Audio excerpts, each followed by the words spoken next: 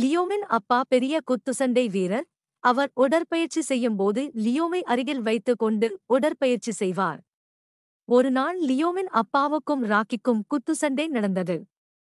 இரண்டு பேரும் சம அளவில் சண்டை போட்டார்கள். ஆனால் இறுதியில் லியோவின் அப்பாவுக்கு அடி பலமாக பட்டதால் அந்த இடத்திலேயே இறந்தார். இதை பார்த்த லியோ அழுது கொண்டே இருந்தான். தன் அப்பா கல்லறையில் லியோ ராக்கியை குத்துச்சண்டையில் வீழ்த்துவேன் எனச் சத்தியம் செய்தான்.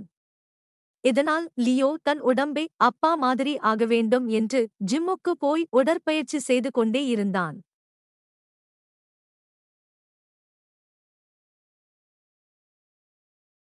இறுதியில் குத்துச்சண்டை போட்டியில் கலந்து கொண்டு ராக்கியிடம் சண்டை போட்டான்.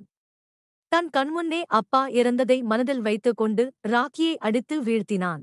தன் வெற்றியை அப்பா சமாதியில் அப்பாவிடம் பகிர்ந்து கொண்டு அப்பாவை நினைத்து அழுது கொண்டே இருந்தான்.